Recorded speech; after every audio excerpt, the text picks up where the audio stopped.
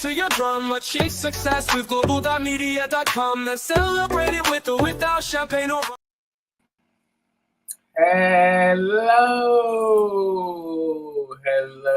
our friends. Hello, Christina. Hello. Happy New Year, everyone. Happy New Year indeed. Yeah, like I say today, Christina, I hope your New Year started with a bang. I hope. No, it's not a hope. This is a year that we're going to take by storm. We're going to create genius for all of us. If not now, when? Then when? Right? Next year. No. You know, we might die by then, Christine. You know, we might truly die, right? We might be gone by then. So let's not wait till next year. 2026 is a year that's been assigned for us to achieve greatness. Joni, how are you doing? Joni is one of my favorite people in the world. The world is like, did any really say that? Any did say that, right? Because Joni, you know what it is, Christina?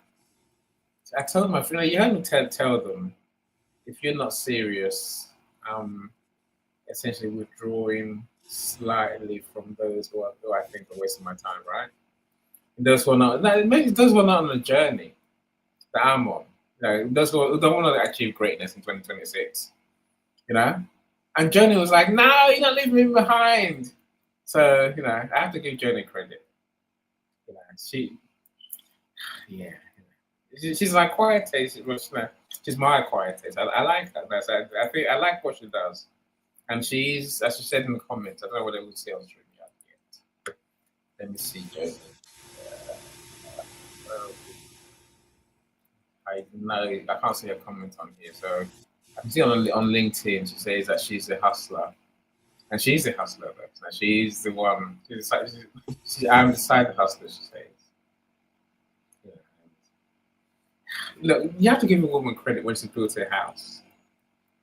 You know, bought land, built a house. You know, and she's magicked up 23 books. You know, some of which she's written herself. Entirely.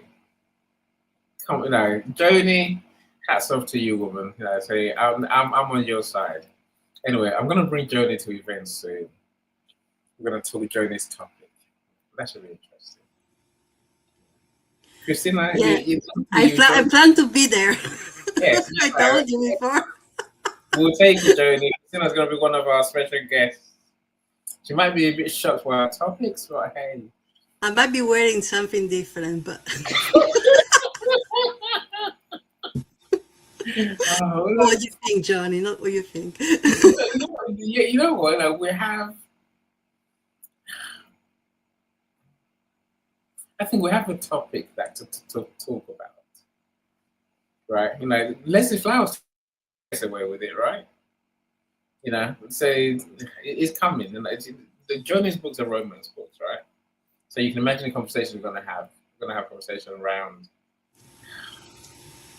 Let's call it sexual energy, relationships, pretty much around those topics. You know, it excites me. You know, so there's a message there somewhere, Christina, that the one needs to open up to and talk about. You know, say what Let's About talk about romance, talk about sex transmutation. People don't run away. So we'll bring deep conversations around the benefits of, and also the process of using sexual energy to transform your life. You know, every genius was almost a sex pest, right? Did you know that?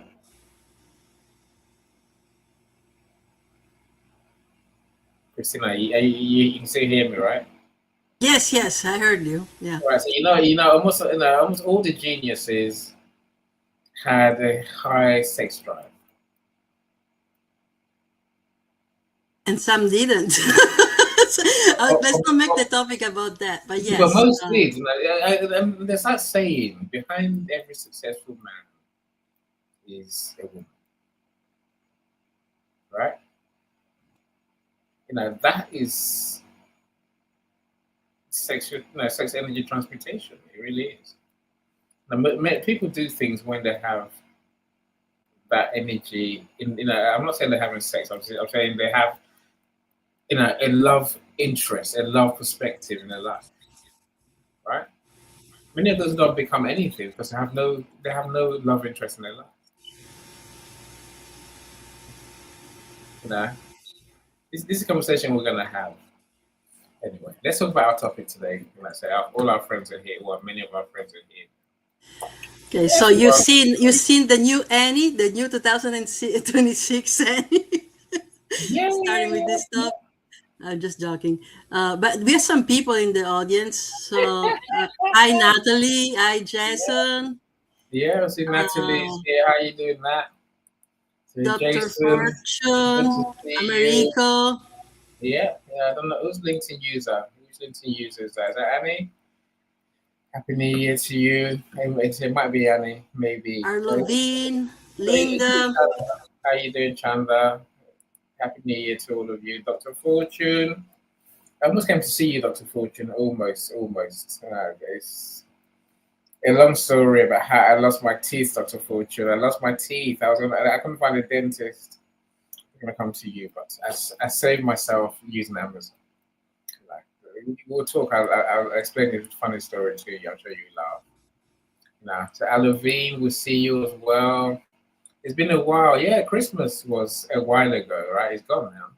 But we're here. How you doing, Linda? We'll see you too. Happy New Year to all of you. Coach Ashif, we'll see you as well, my friend. Desires in the it's nice. See, you get it, my friend. You get it. No, join our conversation. That makes you, me, Christina, and Joni talk about our new topic, right? We'll get there in the end, my friend. Annie loves to pull my leg. I will pay you back, I promise. You just realized, have you? I know. I know. I know what you're doing. Awesome, awesome. Penny, we see you as well, my friend. How you doing? Glad you're here. Omar. Yeah, today, Kenneth, we're not talking about cheesecake, we're talking about waffles. Yeah, and I know Kenny's cheesecakes, they're legendary, right? I have made Kenny's cheesecakes, and they are truly amazing. Me and my son, we love his cheesecake recipe. We tend to burn it every so often, but yeah. We made it at least 4 times. Let me say that. So Kenny, glad you're here, my friend. Okay, but look, anyone who's if I haven't mentioned you so far, please do drop us. Drop a comment so we can see that you're here. And also, of course, if you're watching this on our YouTube, then do like, comment, subscribe, and those things. And watch other videos. Last I'll say before I pass the mic to Christina to start our conversation today is that the link to join the studio is in the comments on the event page. I can share it here as well, just so that if you want to copy and paste it into your browser, you can. So of course, on the comment page, you can just click on the link, right? Whereas, on here, you have to copy and paste it into your browser. Whereas on the comments page, you just click on the link. So, Christina, here's one thing. Here's one of the changes I'm making for 2026 as well. I say I'm not gonna always bring people who come in the studio onto the stage. So I'm gonna be a lot more deliberate about who I invite, and two, who want to hear from, right? In case anyone's wondering what's it waffling on about this time, look, if you look at the description of our events, in the last few ones, since just before Christmas, I say who the event's for. So, and we know who want to talk to. We know who we are doing the event to help. Yes, this not we have shared now. This it almost speaks for itself, right? It's called Side Hustle to Business, Escaping the 95. So we want to talk to those who are, on that journey. Those who are about to start their business. So those who want to really learn more about starting a business, escaping the 95, becoming their own boss. Yeah. So if we want to talk to those people, does they benefit from what we're actually talking about, or we'll hear from those who've been there, who've made that transition. Because you have things that you can share, things that we can learn from. You know, that's just that's what I'm thinking these days. We need to talk to the right people because that's how we will truly make a difference in people's lives. That's my thinking. Anyway, I don't know what you think about that, Christy. Well, I think Let's it's important to deliver what we promise. Try to stay on topic as much as possible, so that people that choose to be with us for that period of time, they get the benefit that they were seeking. So I agree with that. I suppose I say the extension of of your point is that I think my shows will be shorter going forward. I don't get paid for overtime, my friends. None of you pay me for overtime, right? So I'm not going to be talking for 4 hours. I can possibly help it. Even if I can do an hour and a bit, I'll take it. I don't want to be doing 2 hours for the sake of doing 2 hours. I guess maybe that's my way of saying join. If you want to share, join the studio quick, please. Don't wait until the last 10 minutes and then we'll be here for another hour and a half. So if you want to share, we'd love to hear your thoughts. Let's do it quick. Christina, let's talk about defining our goals. Defining our goals. yes, let's do that. Now, Let's. are you a New Year resolution person? Do you set resolutions? I used to be, you know, but I think I've been the person that always spend time writing ginormous lists of things that I would like to achieve, right? Uh, and only to abandon the notebook and let it collect dust somewhere. And then 3 years later, I was like, oh, I done that. That's great. I was like, oh, I didn't do all these, right? Mm. So things start shifting for me when my lists became smaller and smaller and smaller. And I deliberately didn't add any new things until those things were completed, or I decided that I was not going to pursue those things at all. So Oh, this year, I said no, no list, no resolution. Instead, I decided to revisit everything that worked in 2025, and things that provided the utmost satisfaction for me and my business, that make me feel good about doing, and just amplify on those, see what work, reverse engineer some of the things I did that produce results, and just focus with that. And of course, the only thing new that I add every year is make sure that I find time to keep up with the trends, things that are changing, technology that is changing, things that can adopt with the new years, and keep on cultivating my network and collaborate with amazing people. Those collaborations are the one that are those things that really show you the way and where you need to focus on.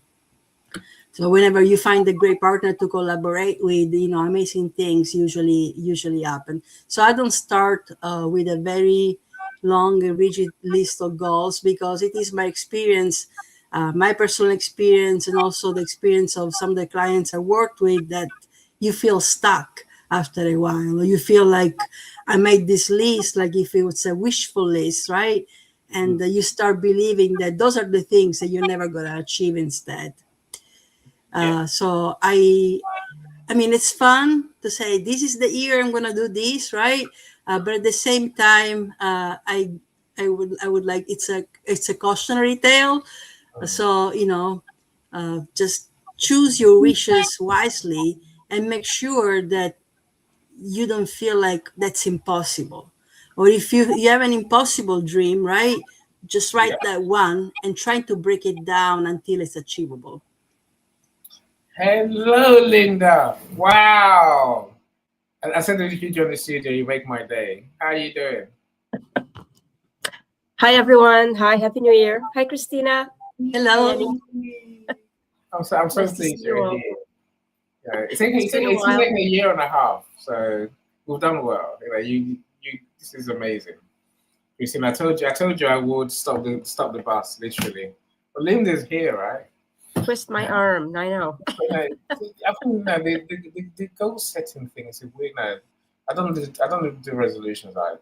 I think it's a red herring. It's not going to be a new Resolution? end. It's going to be more end, more of the same No, ending that you've known, right? they don't work for me. Resolutions? No. I have dreams, but Yes, yes. um, they feel right in the moment. I will do this and I will try this. And you have to put it into action. For me, I find I need to find the right support because we talk about motivation and I want to do this, and then you can visualize it. I can visualize it. I want this. I want to go for walks every morning, and then I look outside and I think, no, not today. No. Mm, So break it down into small steps. I usually go when I go for walks, for example. Um, I like to go and visit the whole neighborhood twice. We have beautiful trails here. I could go for easily 45 minutes. On a day when I don't really feel like it, I'll just do a quick walk, 15 minutes. It's done. I did it. I got my steps in. I have my watch on. It's calculated everything for me. I feel good. It's done. Check it off the list. Move on to something else. Tomorrow, the next day, try again. Try again for half an hour, 20 minutes.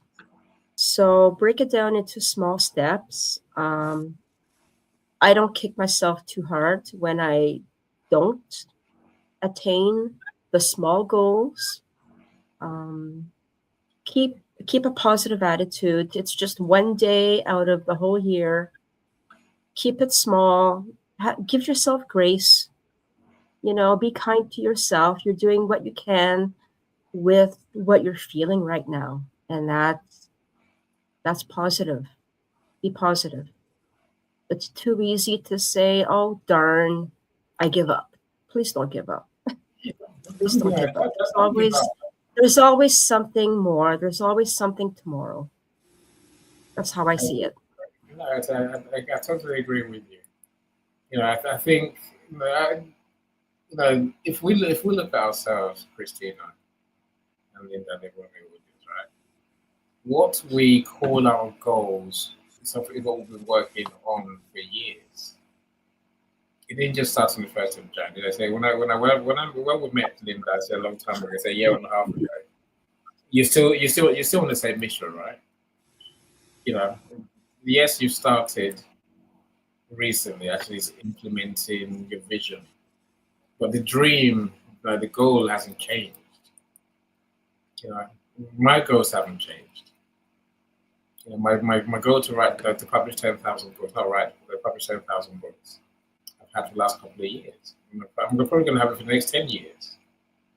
So what's going to be new need? It's going to be me implemented, like you say, Linda, taking the steps forward, one step at a time.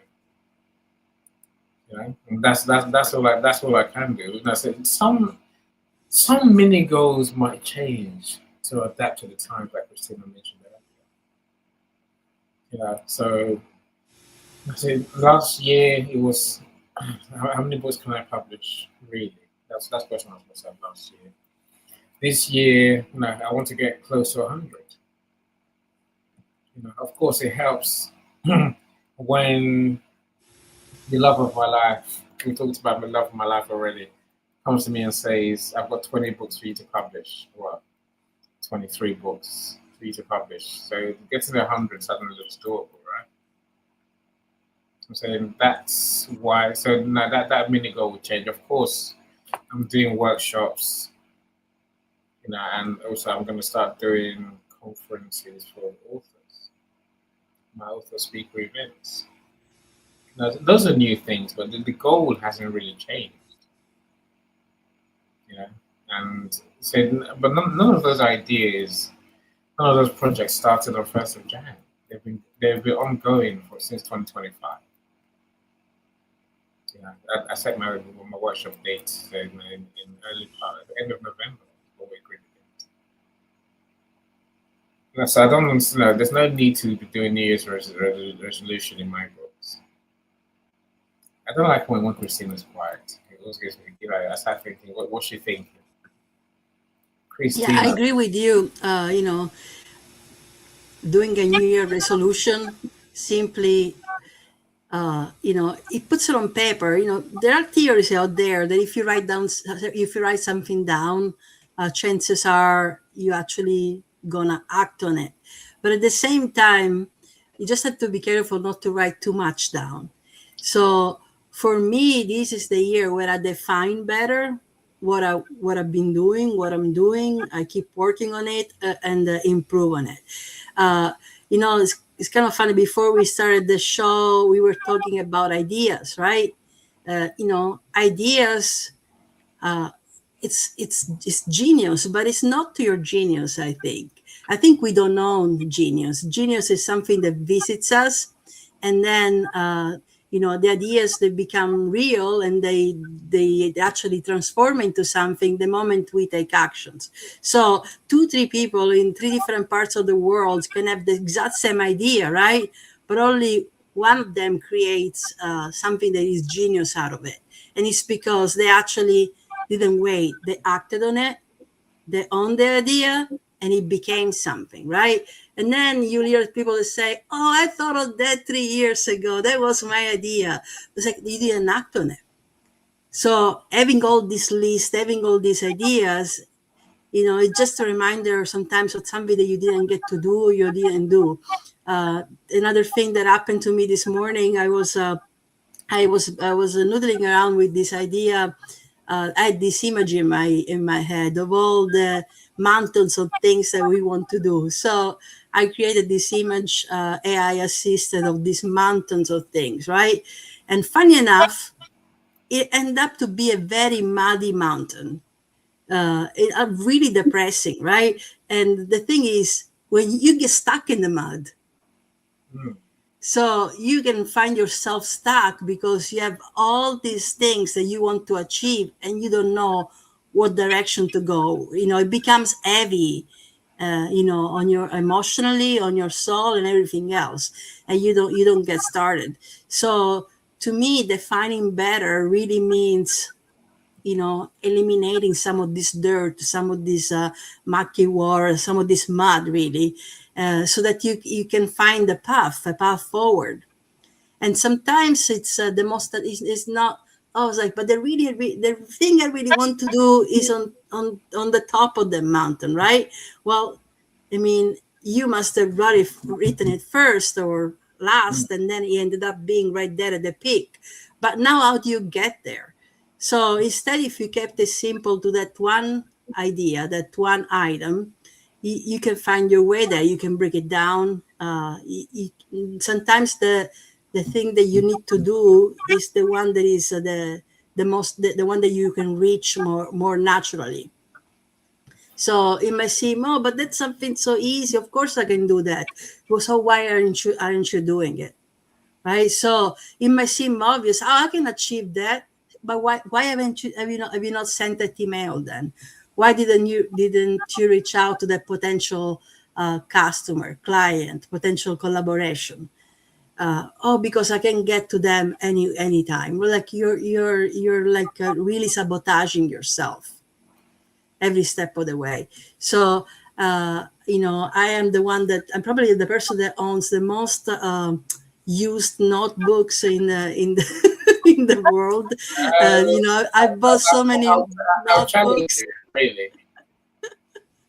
You don't, Uh, I got notebooks. Well, I'm not here, not where I am right now. It's at home. I have so notebooks. I stop you because I write my goals. It's not, it's not a goal in that sense. Maybe it's my why, right? I say every day starts with me writing down the mission that I'm on. And I restate it because I think what you think about is what you become. So I said the goal hasn't changed. So I write the goal down every day. I know what I'm doing, why I'm doing it. I know what the numbers are that I want to achieve. That's today. That's in a lifetime. That's in a year's time. So writing down, I think, is a useful thing to do. I think we ought to know it helps us, if only just to think and visualize that. I think Linda mentioned visualizing, seeing the goal, the theme. So I think that's when it's more aligned with you rather than this false, New Year's Eve thing. No, let's leave the New Year's Eve thing for a second, right? Let's talk about business planning. I think that's what we're trying to do, really, right? And again, does that work, Christina? Does it work, Linda? Do you have a big business plan to guide your business journey from here on in? So yeah, well, it's not a big one. Again, it's an achievable one. So I function on what's achievable, and I function on what's achievable because that's what prevented me from achieving in the past. So every day, like you, when I said, okay, I'm going to do some work today, it starts with this is what I want to accomplish, and I look at it immediately and I say, okay, what is the thing that I'm going to do right now that it doesn't feel heavy and is gonna get me going, and that creates a little bit of satisfaction, and it gets me going to the next task. Usually, we leave the one that takes longer for last. It's just natural, you just want. But well, that should make you think for a second. um, Maybe you shouldn't have written it down that way. You should revisit that, right, and break it down in a way that it is achievable. I my work, it's all about working into compartments and segments, and just go to the next segment and the next segment and the next segment until things are not only achieved but also they feed it from each other. So each action creates momentum for the next one. That's the way I operate, the way I work, and the way that I realize that that's the only way for me to scale and for my clients to scale. So you cannot start with my final goal is to have the book or to have my own show and just go full force. Maybe you have to develop, some courage first to be on your first event, right? Maybe you have to practice with some posts and newsletters, and you have to define all of your topics Hmm. so that then you have some clarity now you're the book that you want to write, and I know you're the book expert, Annie. The book that you want to write now matches your philosophy and matches your topics. Because if you look at some of the biggest coaches and motivational speakers and creators, the ones that travel all over the world, if you read one of the books they wrote uh, 15 years ago, and some of the things that are promoting now, they are the same thing. Why is that? Is that because they're out of ideas, of out of content to write? No, it's because that's their philosophy, and that's what it is that they deliver to their audience. So there are so many ways to distribute that material, and that it's what the audience crave from them, and it comes in different format. But if you start having multiple philosophy and multiple ideas, you end up confusing your audience, and people lose the clarity on who it is that who you are, what you're here to do, and the transformation that you offer. So alignment, and that's was the main topic, right? Defining clear business goals that align with you is the keyword here. You have to start with what feels good, uh, what is aligned with who you are and your philosophy and everything that you set yourself to do, and match those micro goals to that alignment. And for me, that's really the only way to create a path forward. I love big goals and dreaming big. I'm a dreamer for sure, but I know that they can get crushed if I don't take those micro actions. And I guess that comes with experience. So Linda, what says you? I agree. Christina, you said it very well. Finding your message, your clarity, finding that recipe. Keep it simple. I like that. That's very powerful. I'm going to add just a couple of more things. For some people, they need guidance. They need a guideline. They need support, and they need a roadmap. And that really helps a lot. Not because they don't know how to think for themselves, but they just don't know just how to get started. What's the first step? What do I do next? How do I know that it's working? What metrics am I looking for? How do I know if I've reached this level? What's next? That kind of composition. And then there's accountability. When you have someone who's working with you, they keep tabs on you. They tell you, okay, have you done this? Let's do this. Next step is this. Very good. That didn't work. Why didn't it work? Don't worry about it. You have that kind of dialogue. And then that gives you a bit more confidence. It gives you the courage to keep going because someone does believe in you. And that I find that with the message that I'm sending in, if I can just say this in my messages, in my newsletters, having the support to keep going at the start and guidance, reaching your next goal, whatever that goal is. It's not always just a business goal, it's a personal goal, it's any goal.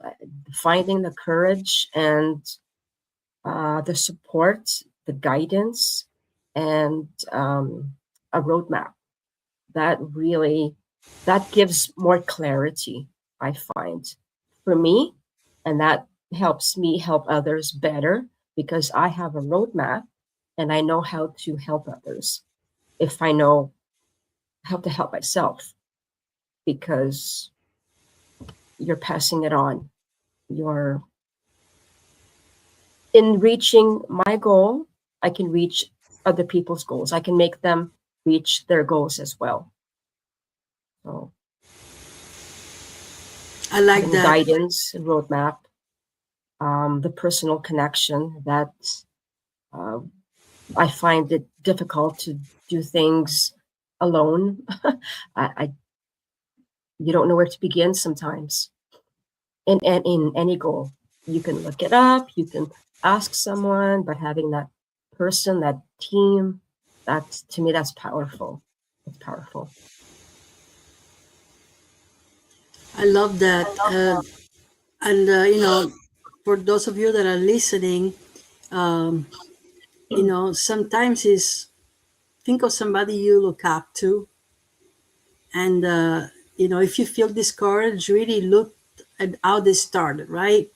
Their roadmap that they used and they followed, because they made it now. So you'll find the materials on their humble beginning, how they started, the struggles that they were confronted with.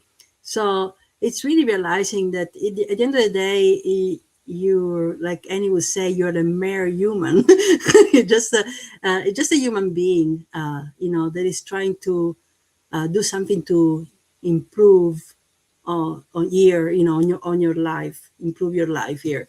So know that you're not different. You're not, you know the one that needs a lot of, you're not different than those people that made it. Okay, so you have to really unlock why they made it, uh, what it is that they worked for them, but also be clear that there is probably something different that might work for you. And Linda was saying that for her it was guidance, right? uh, for somebody else it might be, actually taking a class, or it could be finding a body, an accountability body to take action with. So it could be many many things. But the thing that grounds us is that when you want to achieve something, you really have to say, okay, these are the first 5 steps that are going to get me closer. And then you have to do the first one. The moment you complete the step, you know that now you have to work on step 2. And in the more steps you complete, the more you're gonna feel like, okay, I can definitely do this. And so that's why at the beginning of this conversation we talked about big resolutions, big first of the year goals. Don't write 365 goals one a day, but just look at it, and the 5 days are gone now, maybe as 365 opportunities to take actions, right? 5 are gone, 360 more actions that you can take daily to get closer to your goal. So not 365 goals, but 365 actions, or 360 now, because time is ticking. So, Annie, what's your say?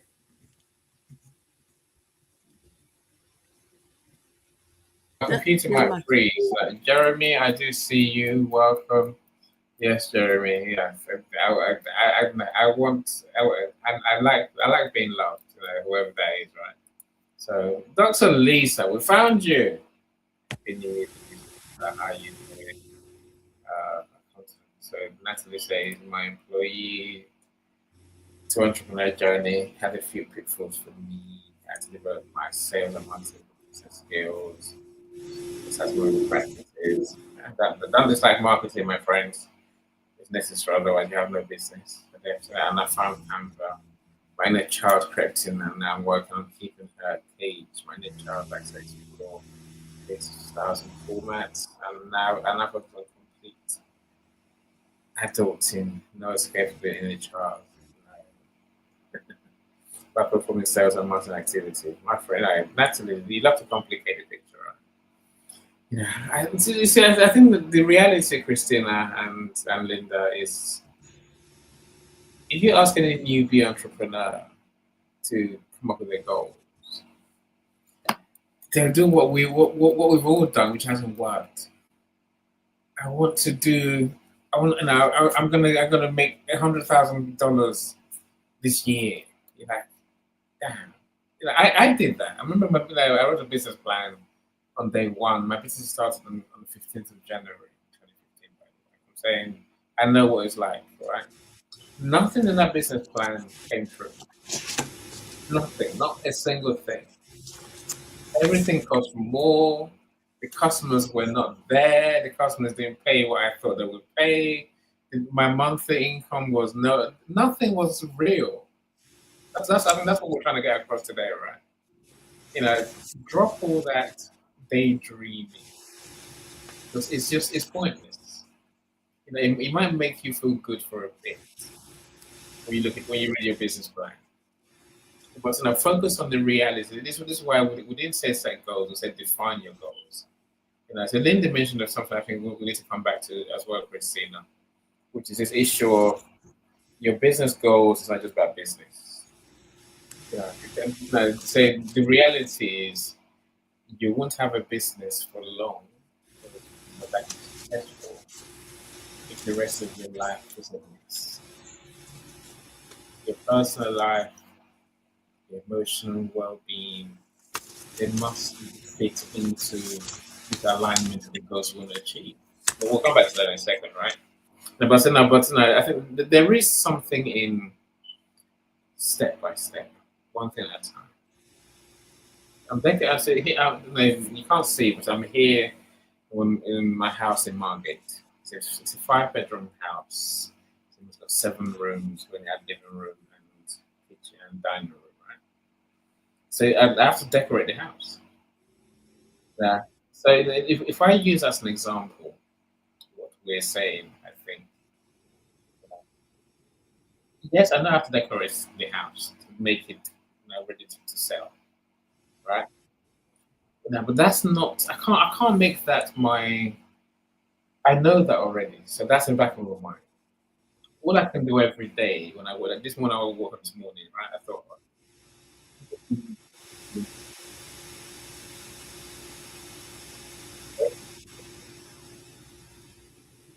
that's done. I'll go upstairs and stuff, to get that room ready to be painted. And so now so that's just how I do one thing at a time, one thing at a time, one thing at a time. Yes, you said it very well, Christina. Each thing we do to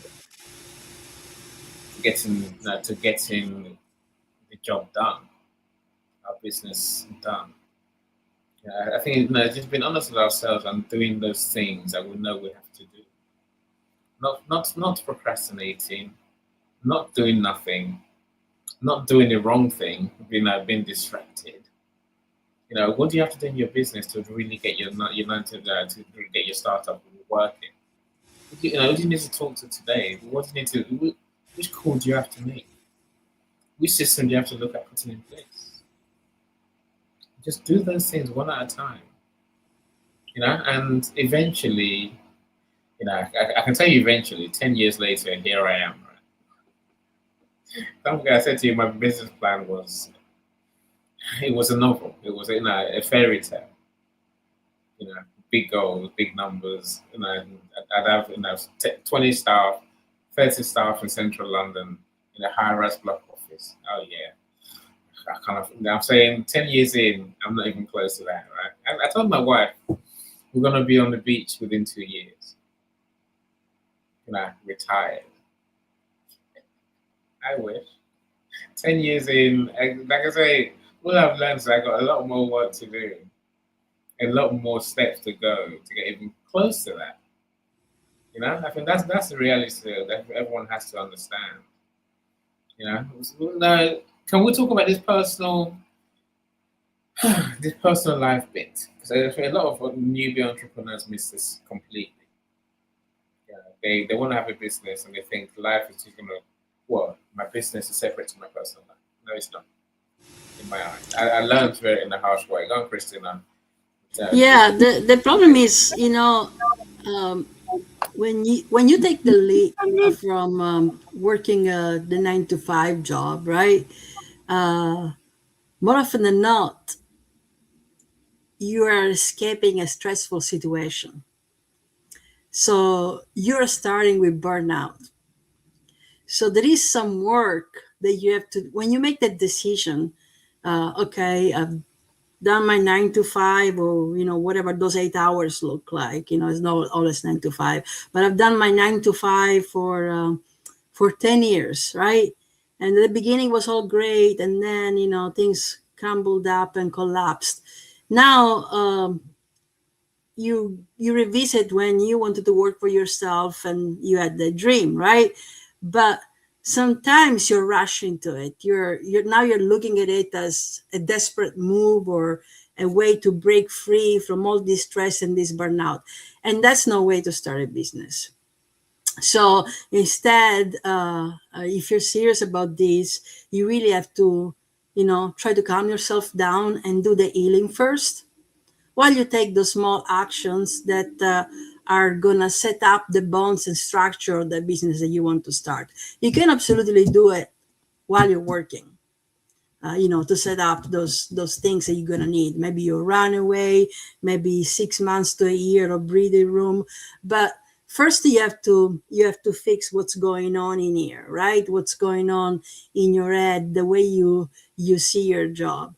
And one advice that I tell everybody, the best way to fix all these is to look at everything like if you're watching a movie, and look at the place where you're working and what's going on, and all this, 99% of the time it's a stressful environment where everybody's running around, and your boss is the one that is really stressed because they have to achieve some financial goal, right? So try to understand that piece, because once you become an entrepreneur, you're going to absorb a new kind of stress. You're just going to have to make your operation run so that you meet budget, your own budget, at the end of the year. So look at it, from the outside, and understand now what it's really going to take for you to make sure that everything is covered, so that your business can not just run, but run and turn a profit, so that it eventually can scale. So, start by getting yourself healthy. Start by, tying up some loose ends. Maybe you have some debts that you were paying, right, or you're paying off. Try to clean that up. Maybe all this stressful situation at work has made you very unhealthy, right? So maybe it's time to do some detox, and take those walks, like it's like Linda was talking about. So make sure that you feel good. And also, when you're working 9 to 5, you're surrounded by all these people that are already experiencing burnout as much as you are. And what you really need to be doing is try to understand how these stress factors are affecting your confidence. So at that point, you already made a decision that you're going to leave your job, that you're going to build something of your own. So don't forget getting your validation there. Look at it as a consulting gig where you're giving your time in exchange of what exactly it is, money. So you're there to do a job, do it as good as you can, just to raise funds for your new venture. So look at it like that, and you'll take all the personal of it, and you'll feel a lot better about any task, even the most menial task. So that's my advice there. Just literally get out of your body and look at everything externally, and start viewing that 9 to 5 as something that is really, really temporary, is not your forever cage, and use it just as a gig to raise funds while you're beginning now to set up your business, to set up your well-being and your health, so that you can have the strength and the health to run the business that you really want to build. So don't run, blow up your life and build it out of stress, because it might feel good for the first 5 minutes, and then the opposite happens. So it was really hard for me, but I did just that. I held on. I began viewing what I was doing, which used to be something that I really loved, as something completely different. And I focused all my energy on the business that I had already been building for a couple of years per time. And so I completely forgot getting my validation out of the things that I was accomplishing at work. Even if I did a great job and nobody said great job, that I didn't need that anymore. What I needed instead was my next client being successful, delivering the transformation for them, and that was the only validation I needed, because I knew that my business was growing and my business was performing at a level that I needed to perform to. So starting your business should not be out of stress. Should be, my business delivers this transformation, and you have to start delivering it, even if you do it one day a week while you're still at your job. And you have to take all those emotional feelings that you feel towards, that are associated with your 9 to 5, completely out. That's something that you have to let go of. You just have to use it to fund your new venture and move on. So that's how you get healthy. I know it's easier said than done. It took me 11 months of that. You know, the first couple of months were hell, and then little by little it was getting better.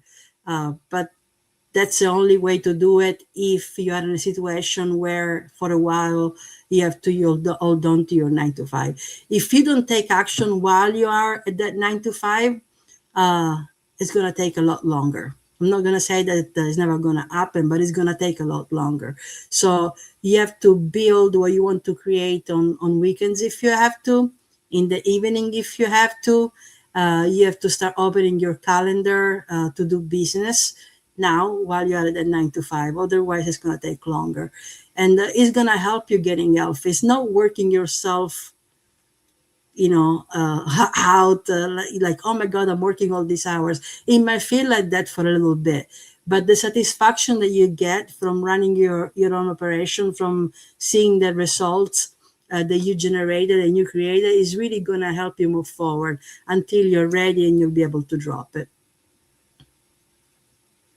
Linda, do you have any similar experience from your past that you want to share? Yes, absolutely. I like what you said about the burnout, about how it affects our decisions, our minds, our paths. Absolutely. That you described my last job, burnout. Absolutely. Uh, Stop looking for validation in an environment where their goal is to not give it and to make you work too hard for something that shouldn't be uh, difficulty, attains difficultly, hardly. um, that's exactly what I did. I did leave a stressful job. I did feel burnout. I stopped looking for validation. It's demoralizing. And I said to myself, what's next? What's next for me? What is my voice saying? What is my heart saying? And I started looking into doing what I was learning more about my healing journey. And I needed to talk about my message. I needed to do something. And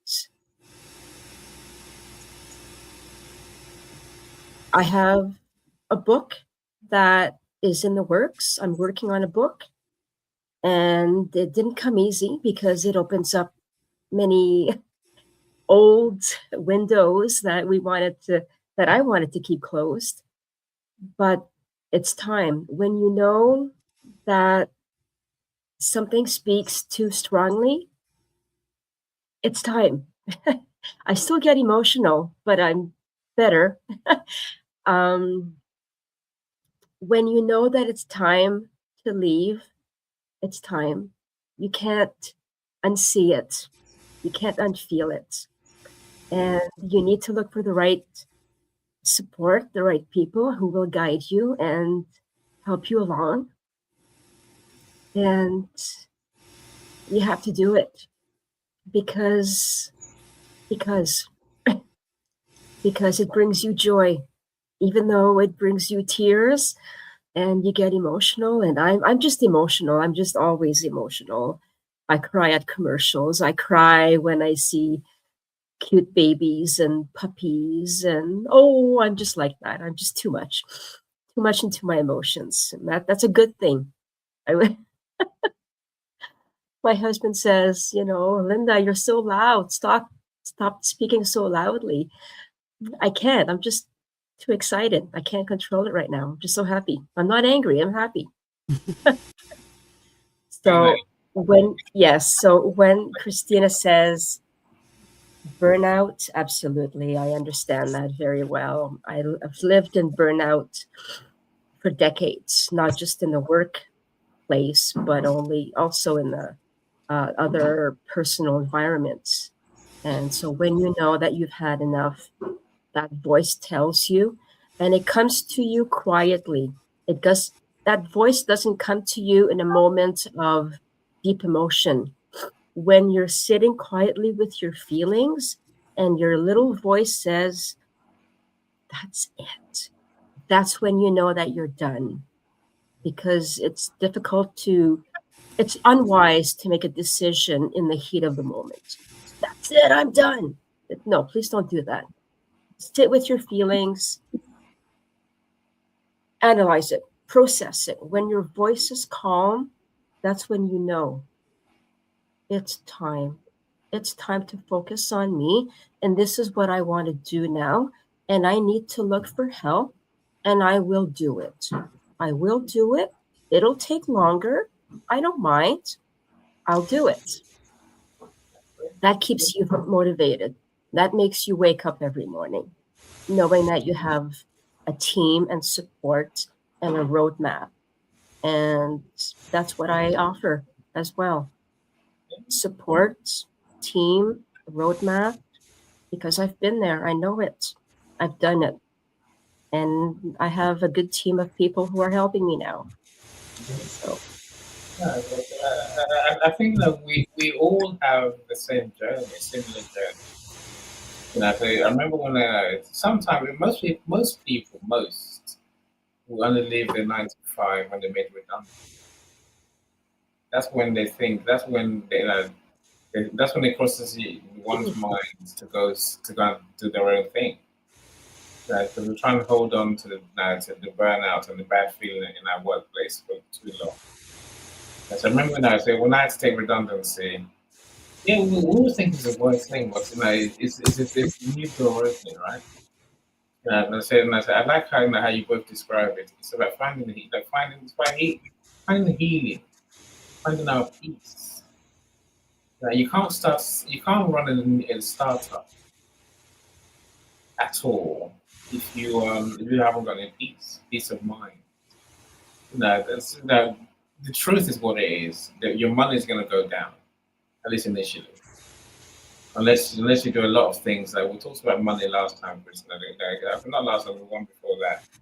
The things that no one tells you, like emotional, financial runway, and so on and so forth, right? But I think the reality is when we start our business, it's going to be a different world. It's going to be a lonely place, And the people that you expect to be on your side, they normally don't get it. So I remember thinking, so everything was going to be hunky dory. Then obviously, then lots of the money situation. I've got a wife who's screaming at me saying, "Go and get a job." I'm like, no. I was like, inside you're petrified. Thinking, I don't know. I don't know. Do I have to go and get a job? Do I have to? Should I? You're like, no. So you have to believe in yourself. This is why I say, look, our only goal once we go it alone is simply to get customers and deliver. Right? That's the goal. If you can do that enough times, you can do like once, twice, 3 times, 10 times. At least now you might survive the first year. You might survive the first month, right?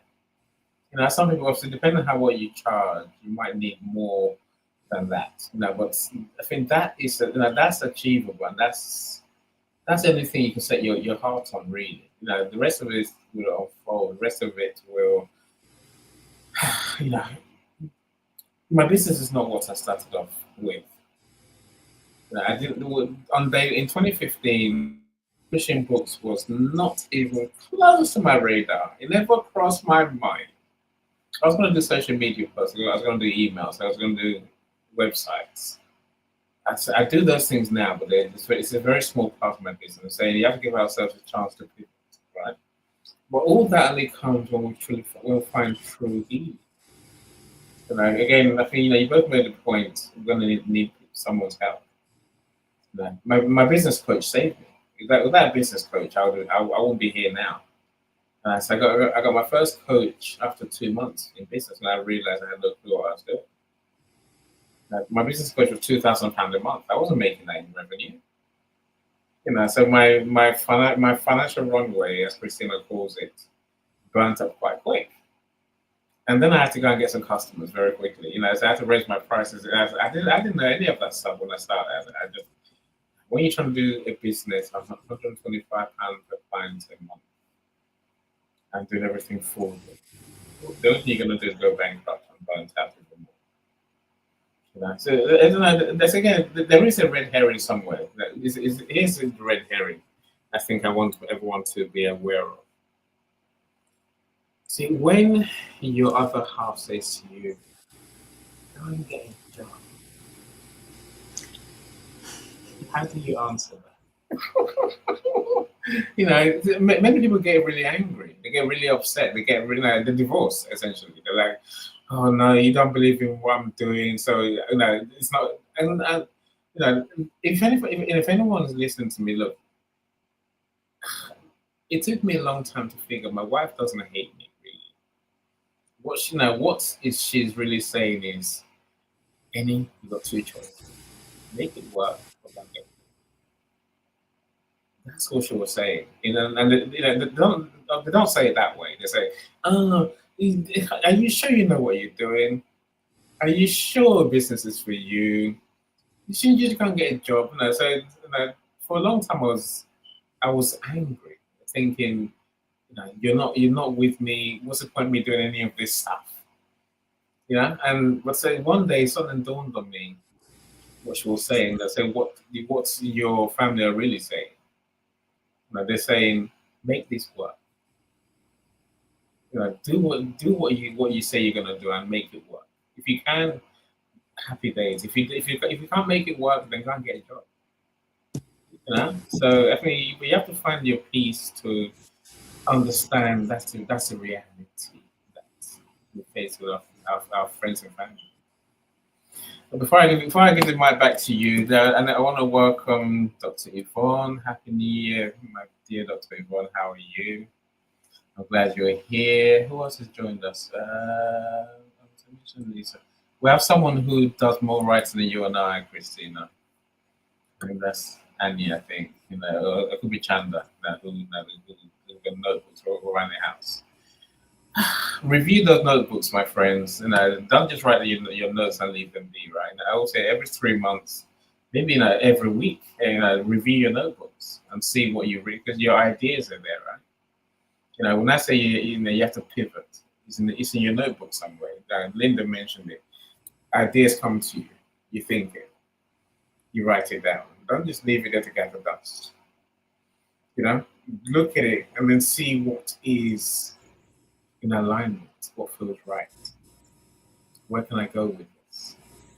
Maybe some things are not meant to be, right? Or it's not meant to be now. If you never review, you will never know. You know, and so I think, but the things that align with us, they're there somewhere. I truly believe that. Who else was it? Cyrus? Okay, it's Natalie's over Cyrus, me and Cyrus. Okay.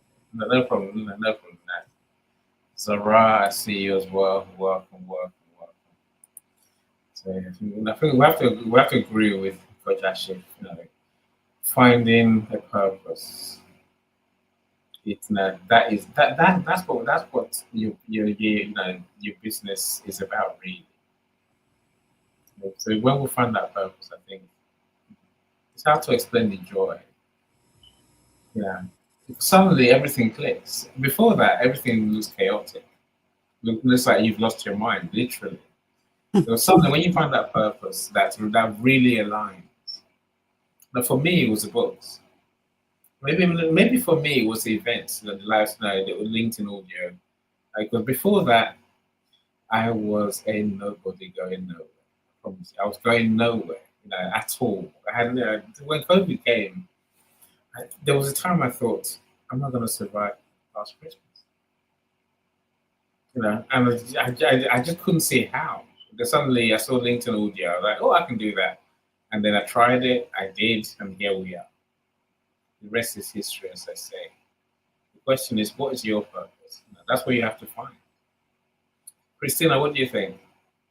Yeah, I mean, purpose is really your compass, your guiding light. So really analyzing those, when you look at those notebooks and you see a pattern that keeps repeating, that's where it's hidden. That's where you really find it. But one thing that you were talking about earlier, Annie, I think that everybody that has a spouse has gone through what you were describing, right? And yeah, so you really have to fortify yourself, so that you don't blow up your life, and including your your precious relationships, because what's going on with you emotionally when you want to bring something like this to life, right? So entrepreneurship is not for everybody. There is a reason not why, why come that everybody doesn't start their business. If everybody could do it, everybody would do it, right? There is a reason why you want to do this against all the odds. And your partner, your spouse might not completely understand it. Doesn't mean that they don't love you. It just means that now you have one more person that you need to prove it to, and not out of spite but out of love. So you should try to turn that into motivation, and it's easier said than done. Like I said, everybody that has a spouse knows that this is something that you have to do. So over the years, because this is not my first business, I was able to find the solution to this. I was able to find a way to get a little bit more prepared each time. I said, that's it, I'm working for myself. So for me, actually, I'm pretty lucky because I was 22 when I started my first business. And at 22 is so much easier because you look at your assets and what you have, and it's not that much, right? You have your passion. I like this, and what do I not to do? Not that much. So for me, it was very simple. At the time, I love books and I love reading and I love literature and everything old, and I figured out how to use eBay. So that was my first business, and it changed my life. One, because even my career, my 9 to 5 was born out of that, the experience that I built there. But two, because it taught me very young that I can make my own money, that I can generate money, that I can make money on my own just with a computer. So throughout my career and my years, and attempted doing something different than books, although that's something that I still do. I always known that no matter what happens outside of a 9 to 5, I know how to raise some cash. I know that I can go to a few thrift stores or flea markets, buy a bunch of stuff, and pay my rent. So that's what I know. So if you want to start a little bit on a more solid base, no matter what it is, the business that you are envisioning, really take good assets of your experience and do things that you know how to do. And it might be the very thing that your boss is paying you to do at work. Even if now you're completely turned off by it and you don't want to do that anymore, just know that somebody is paying for that one skill, or there is something in there that you could do to raise money on your own if your 9 to 5 disappeared. And I would test it. It could be consulting. Actually, in 2015, while I was pretty happy at the job, trying to get a raise that I wasn't getting at the time, I ended up landing my first consulting gig, and I didn't realize that I basically was doing marketing on the side, but I was becoming a marketer. I didn't know that. And it was because I had the guts to work into a store that sold antiques and furniture and say, how can I support you? And the answer was, well, I need customers to come here and finding my furniture and my sofas. And then I have some things that I don't know how to get rid of. And that's how I started. It wasn't the business that I wanted to build, but I knew now that, hey, I can actually offer a service. So it's strange how things morph and develop, And then I followed the patterns. So there are patterns in there, the things that you do and the things that you enjoy doing. And before you know it, your true calling, your true purpose is right there staring at you, to the point that even if you apparently on paper you seem to have made it because you kept the job for 10 years and you got promoted along the way, you know that you're meant for something else. So, that I wanted to share this. I think it is very important, even in a microscopic way, to prove yourself that you can make money, that you can do money outside of your 9 to 5. So if you can find maybe an outside consulting gig, depending on what your area of expertise is, put something together, a digital product, whatever it is, and deliver it to the public and sell it, you'll know you can raise money on your own. Then, of course, you have to scale it. But diversifying your income is something I think that everybody, no matter where your business is, should start thinking about. Because we all know that what's working right now might not work in 2 years, or it's going to look different.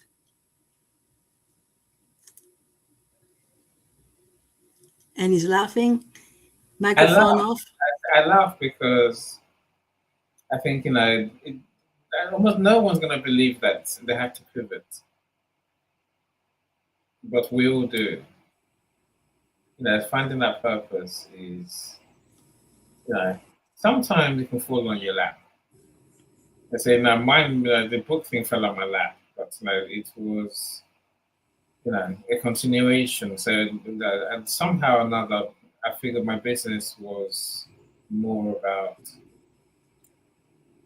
me marketing books to authors and my business partner I was in collaboration with writing books for people, for publishing books for authors. She does that bit, I do the other bit. Until suddenly she refused to do her bit. So I was like, I can do it, so why not? I said, best decision I ever made. And I didn't see it coming at all. I'm saying, but that's, think what COVID done to everyone. COVID meant everyone had to change, right? I'm saying that could happen again tomorrow. The idea you think is your only idea today. It's not your only idea. It's saying we all have to be prepared to almost constantly, maybe reborn is the word I'm looking for in business, almost. So if you can continue, good for you. But again, that sounds like continuing is not stagnation. I feel like continuing is, you're still growing. You're serving more people. You're learning as you go. You're building a bigger foundation. I think that's what we can do every year in business. If you have to change, you have to change, right?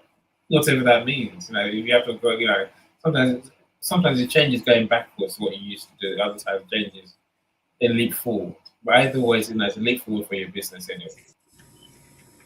So every day you're in business, you're winning. That's what I would say. Whatever that means. You say you figure it. Now, really, I used to dance around. I still dance around my room when I get a new customer because it's hard work. For someone to look at you and say, "I trust you with my money and my hopes, my dreams." It's a privilege. It really is. And I think it deserves, first of all, the acknowledgement, and then also it deserves all of you to make sure you don't blow their dream. That's what entrepreneurs do. That's why, when someone says, "Why do you earn so much?" It was like, I would love someone to ask me that question. They haven't asked me that question yet, because they're still asking me, I'm trying to earn enough, to be where I was when I was an employee. It's the reason I say that. I say, this is reality of business. You're going to earn less for a long time. It wasn't. If you get the day you turn it around and you start being a super earner, then I'll take that question any day. And for every entrepreneur, I think we earn that money really for these days that we go through, for the hardship, for the anxiety, for the worries. Now, for the day that Natalie calls and I hide in my inner creative child, you know, these are the realities that we have to work with, and we'll have to get past them. And we can. And it's only by doing, okay, now this one thing at a time thing that we talked about earlier. Do the right thing, one thing at a time. Don't go too crazy. Don't go too down either. You have to somehow find your peace.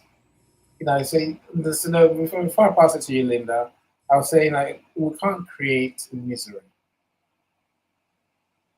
Think of that. We don't get good ideas when we're unhappy.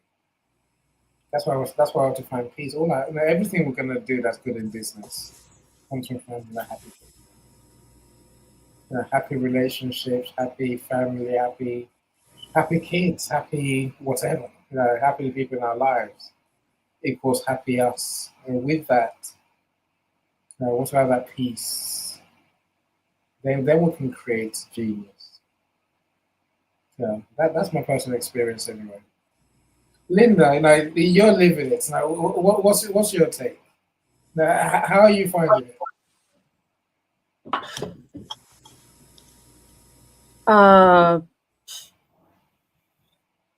It's a tough question. Finding happiness, yeah, that is the question. When everything fits into place, when everything is organized, we feel happier, we feel more in control, we feel more whole, more united, internal and also external, because when we're unhappy, we see it, others feel it. Um,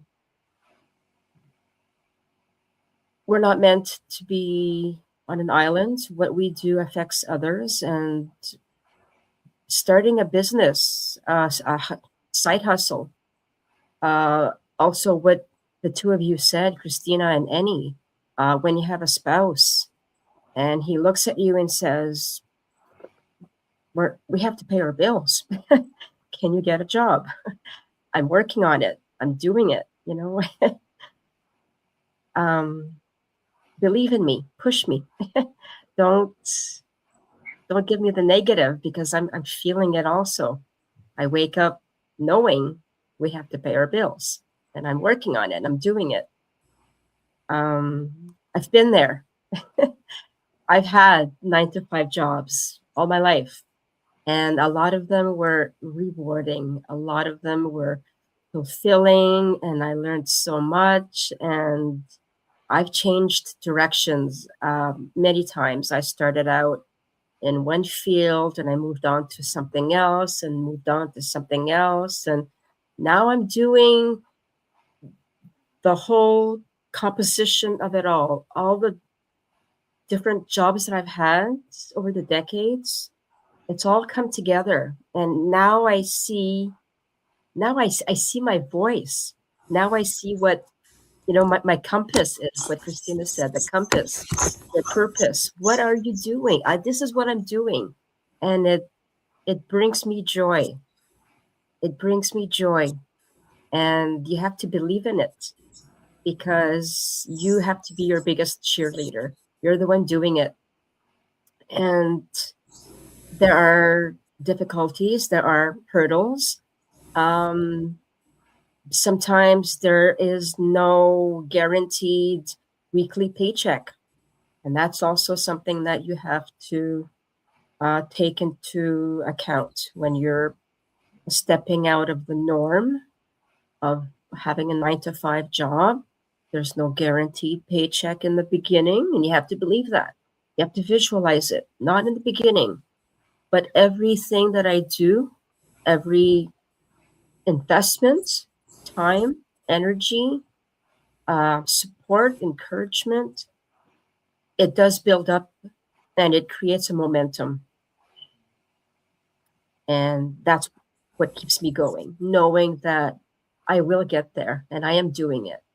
And I'm proud of all that I've accomplished over the years, every job that I've had, and everything is coming into place now. All the pieces are fitting nicely, and this is my purpose now. This is what I'm doing now, offering help and support and healing. And this is my voice. This is my time now. And I'm doing it. And it feels good. Feels good. I'll say, can I have that in writing? Mhm. I thought No, I thought the same. It should be a mantra. truly, it's one of those things you write on your wall, Linda, because on the And my hard days, we all need to remember, something to keep us going, because the hard days is around the corner. But so, no, look, I love the way you talk about it. It is, it's exhilarating, exciting, joyful, but also hard. Right? It's not going to be easy. It's not easy for any of us. Even the people that we call successful have the hard days. The Steve Jobs, I said, the Zuckerberg of this world, Elon Musk, they still have hard days. And there's a different level to what we have. The feeling is still is hard. You have to overcome our mental, our mental situation, whatever that is. And so maybe I would say, if anything, to build on what you said, Linda, set. Maybe I'll say set two goals really. One is your investment goals. What are you going to invest in this year? The second thing I would say, the second goal I would set really, you know, it- somewhere down the line, is maybe is who are you going to turn to for help? Who are you? Who do you need really to go and move your business forward? We can all do DIY. We can all try and do it ourselves. It doesn't work.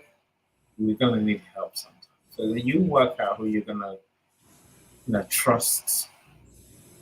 Because this is not just trust your business with. This is trust. Because as you said it earlier, self honesty, self truth and honesty. Is what this is all about. Empowerment for growth, right? Who are you going to put your faith and your true soul into? Invariably, that's always a coach. It's a coach of sorts. And I've had life coaches, I've business coaches, I've had all sorts of coaches. In the end, the mindset coaches, say everyone, they've all played their part. Don't get me wrong. And then my most recent one was my mindset coach, who truly moved me forward in a way I never thought possible. So maybe it's my third advice to anyone today is work on your mindset goals. What are you going to fix? Is it a habit? Is it a way of thinking? Is it is it a way of being? I'm saying these are mindset things. Say all said and done in business, your mindset is what's going to make you win or make you. You can get everything else right. So if you don't think correctly, your mindset will destroy you or make you make a choice. Right? I say spend some money in your mindset, develop a net, and the difference will be there for you to see in good time. Go on, Christina. I wonder what your top three things you say that we should have in our goal sheet. That really aligns. Well, I think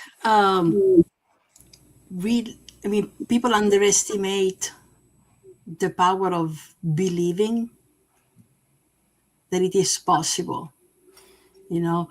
So again, this year I decided not to make any goals, but one thing is always believing that it is possible. So really working daily on developing a strong mindset is key, and not giving up on finding a way to make it happen. So I have a little story here. It was 2012, and I didn't have a job. I was sitting at a Starbucks, terrible coffee. So, but that's terrible. I'm being Italian, terrible coffee, and I drank way too much, too much of it. But I was frantically Googling at the time. I had to start a business with zero money and zero inventory, and I had no idea. And I came across print on demand by chance, and this website called Zazzle with a bunch of products. And it's like, great, you're a designer, you can put images on all these blend products and you get a percentage. You don't have to do any of the work. Seemed fantastic, right? But then there was something else that went with it. You had to figure it out how to promote yourself and make your products visible. So I had to figure that out that too. But most of all, I wasn't a designer. I couldn't even draw with a pencil. So I found a way. My way was finding public domain images. And, I knew that they existed because I had sold antique books in the past and those had no copyrights. And I found a way. And that taught me another skill, a little bit of, how to put your stuff on Pinterest and other websites to be visible. So I believed in it so much. It took me a month to make my first $1. And I celebrated like if I made $1 million because I couldn't believe it sold, right? But within 6 months, I was making $5,000 a month out of commission. But, how did you do it? Like one hour at the coffee shop? No, I spent 12 hours a day creating these images. And at the time, I didn't have Wi-Fi.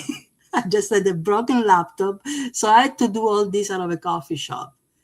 So if you set your mind to it, then no matter what, you're going to find a way to generate, some kind of revenue for yourself. That's one of the times that my spouse thought I was a genius. But it took so long. And 3 months before that the revenue came in, it was like, you're only making $1, $10, right? But I thought if I made my first $1, I could definitely scale it. So, find a way and really stay and keep it. Because I'll tell you something, to this day, that's another one of my revenue streams. So, when all else fails and I know that I need to generate more cash, I'll start promoting my designs that I have back from that day. So, really don't give up. Know that there is a way if you really believe it, and make your goal that your goal should be escape the 9 to 5, right? Build something on your own, no matter what.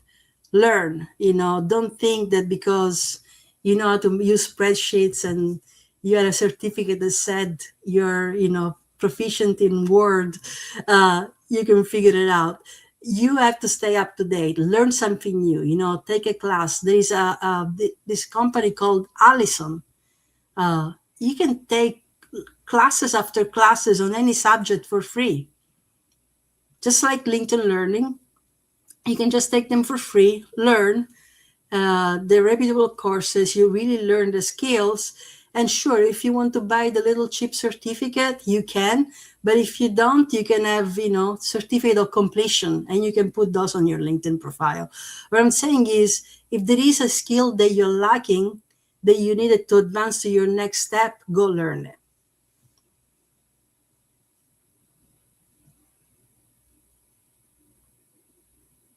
Sometimes what we need to learn is how to run a business. A lot of people they forget that bit. Because no one tells how to run a business, and one day, it dawns on all of us. We don't know what we're doing. So that's another thing I'll probably say: is spend good time. That's why you pay a coach to teach you how to run a business. So I didn't have a clue. And like coaches, they're coaches for the different coaches. I'll leave it there, right? The coaches. My first coach was a numbers guy. That was the brand of coaching they did. And they just hammered on about numbers, know your numbers, and until then, I'm saying to you, Christina is into startups, escaping the 9 to 5 type of coaching. I said, no, my coach would be no good to anyone in that sense because they want to know your profit margins. You're like, what? I just need to get accustomed, never mind profit margins, but but you learn some truths, even about your pricing and everything, even production costs and all that stuff. So, coaches, let me welcome America's Supermom. How you doing, Lachelle? Happy New Year to you. Good to see you on the first day of 2026. It's not the first day, of course. So Stanley, I see you as well. Yeah, and it feels like I'm back. I miss the legends of LinkedIn, but it seems like we're back, right? We are back. This is my first real show of the year, Christina. I did one this morning. It is. So the legends, Queen Leah is here as well. So Mike the Wizard. He's not looking like a wizard today. He looks like a wizard on WhatsApp. So he has to get here as well, my friend. It feels like the family is back together again. We have missed you. We really have. Thank you all for joining us. Linda, I wonder what's your big three that you might want to leave us and our friends with who are thinking about becoming their own boss? Big three. I think first step is what you said. One big one. I'll take that as well. I say, because we've done three. I will give you. So we have the same, right? I'm not sure if it's the big three for everyone, but I think that you find the things that speak to you. And I think that Christina said it very well. The first one is believing in yourself. That's, to me, I think that would be step one. Whatever it is that speaks to you, whatever your goal is, your side hustle, your business, your dream, your purpose, it exists. It exists. It didn't, and also, if I may say, it doesn't just come to you. It was always a part of you, but now it's just more clearer. Now it's more visible. You're feeling it. You feel it in your hands. You feel it in your mind. It's a compilation of life experiences, jobs, skills, certificates, whatever it is that your next purpose is. I think it's truly a composition of many, many things. So you have to do something with it because it's speaking to you. So I think believing in yourself, knowing that I will do it, I can, this is how I'm going to do it. I'll need help. I get help. Take a course. Do something. Second, I don't know that it's in order, but it's just something that pops to me, is taking action. Believe in yourself. Take action. Small steps. Make it achievable. For this month, I will do this.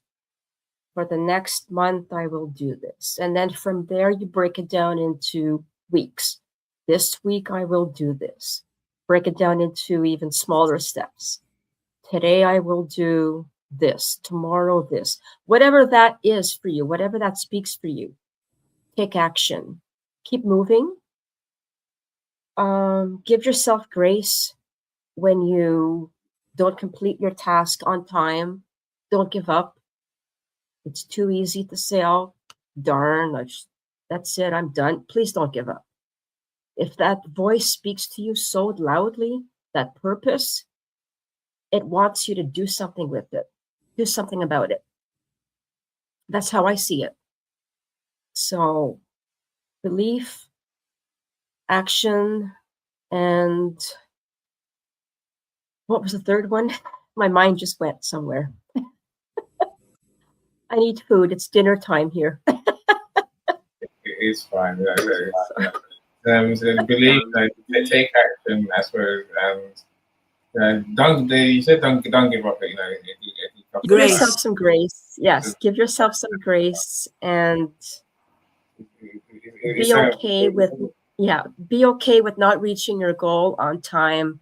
It's not the final decision Yeah. to make you stop. Just readjust, reassess, Indeed. keep going. That's also, Jeremy, I agree with you. Say no to the 9 to 5. Well, no, that's, I don't know. We get there. We'll get there eventually. As a friend of mine, I think she's 51, she just realized, and that's the workplace is toxic. The same workplace I was there, I left there in 2010, 2011. She went out, we were both there. I'm saying, eventually we'll realize that our workplace is toxic. Whether the time comes for you to leave or not. It's a choice we have to make, I think. So Mike, I said, I love what I made. Let me go through a couple of them. Christina, you're the master of free resources, are you? I don't know, is that's a good thing or a bad thing? It's a good thing. I think it's a good thing. It's definitely a good thing to be able to figure out how to do things for free. But you still have to have some guidance. And if you cannot figure out your own roadmap, definitely you should try to seek some support in making some sense of I call it a pile of dreams, right? And a pile of goals, and unearth the one that becomes your niche. But one thing that I did want to say is that it's the new year, right? And then with the new year, say this is gonna be different, and these are my new goals. Don't throw away 2025, or don't throw away the last decade of your life just because you look at it and you said, "That's not what I want to do." Right? That's not who I wanted to be. That's fine. Look at it and see, what did I learn at this terrible job? What is that my boss is still paying me for? Maybe it's a soft skill. If you look at those terrible reviews that people give you, even if you're great, they never give you 5 stars because they want you to improve on something so that your boss gets to work less, right? So if you look at those reviews, there is something there that says something. Because, most people don't want to do reviews, and they really have to think long and hard at all the work that you do, even if you're the perfect employee. Sometimes they just don't want to put it. It's something that the employers do because they have to, and they really don't want to do. So if there is something that emerged, it's a pattern. Just use those and say, okay, what was something positive that somebody said, 5 different people said about me for the last 5 years? Is there a product there? Is there a pattern there? Can I turn it into something that I can monetize if you're not quite sure what to do? And any negative experience, right? Even the simple experience of having created way too many goals last year, and finding yourself stuck, right?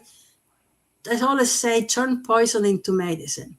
Use that image of being stuck and find the solution that you can offer somebody else so that they don't make the same mistake you did.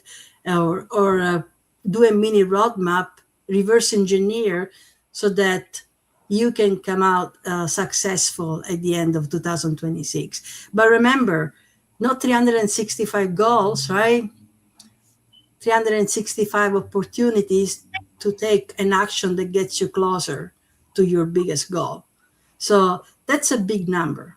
I don't know if you already started or not. 5 days ago, for me, this is day one. I was sharing with Annie earlier. I started my New Year's sick, and I was so happy that I said that. No, I said, oh, I was lying in bed thinking, oh man, I was genius. I didn't set any goals. I don't feel guilty one bit.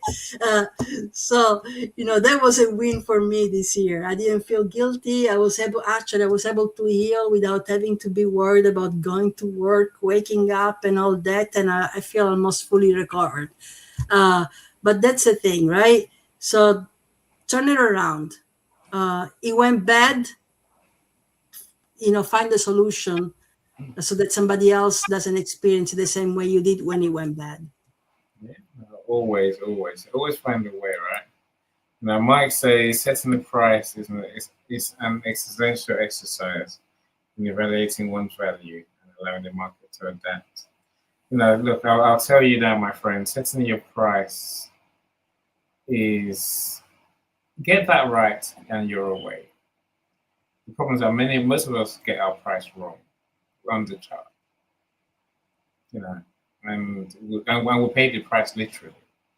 If we're undercharging, we're damaging our business up by ourselves. We're leaving money on the table. What's the right price? You have to read my book when I write it about pricing. Pricing is so important. Get it right, and literally life is comfortable. It's more comfortable anyway. Because it's not easy to do. And as Mike says, let's not try. Let's get doing, right? Fail fast. We're all gonna fail. This is so true. Mike's not being negative. It's just saying the truth, right? Well, what does fail mean to you? It just mean that it didn't work out the way you wanted, the way you expected. You haven't failed. It's a chance to learn. Again, I say, maybe, see, I still enjoy crisis moments. Many people won't. I love when you hit the wall, when you think I'm done. There are a lot of people trying to avoid that. Right?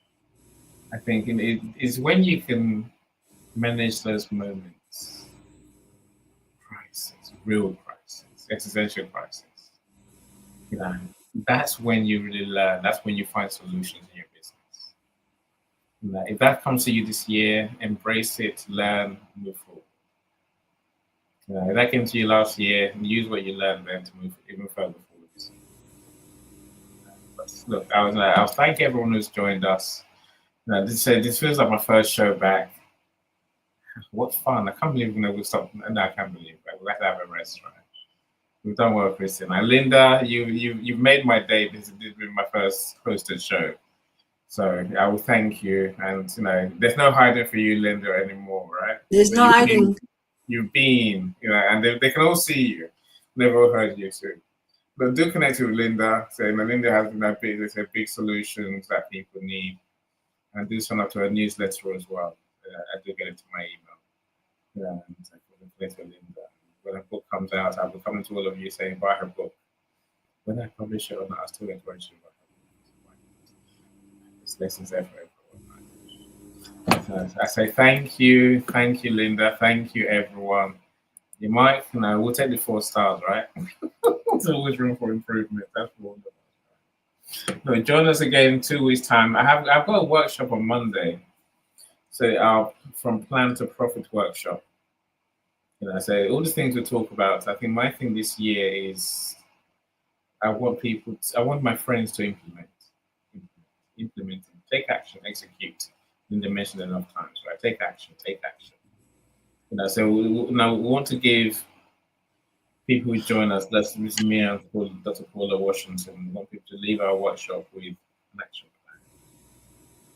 plan. What you want to do, and an action plan simply means a series of steps you have to take, right? Like I said, a couple of hours. Join us. It's not free.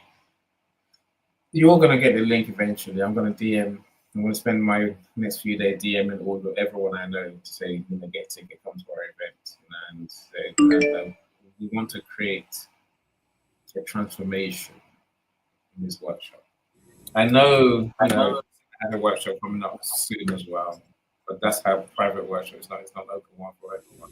It's for our clients only, right? I just don't remember, Christina. I was going to let you publicize, but you're not going to publicize it, right? As you're gonna work with Christina, you can't join her workshop. So come to mine when I send you a link, please.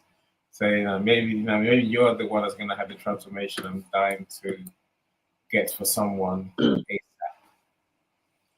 I say bye, everyone. Thank you all so much. Do enjoy your evening. And 2026 started. Let's take it by storm, my friends. Let's take it by storm. Christina, can I have your last word before I press and start our end music? Just don't give up and take action today. Awesome. I agree. Linda, you take care. No, thank you so much, You Linda. too. Thank you. Thank you, Take care. Christina. Thank you, Annie. Thank you so much. Bye, everyone. Bye. Every step forward is a new beat to your drama. She's success with Global.Media.com. And celebrate it with or without champagne or rum. She's success with Global.Media.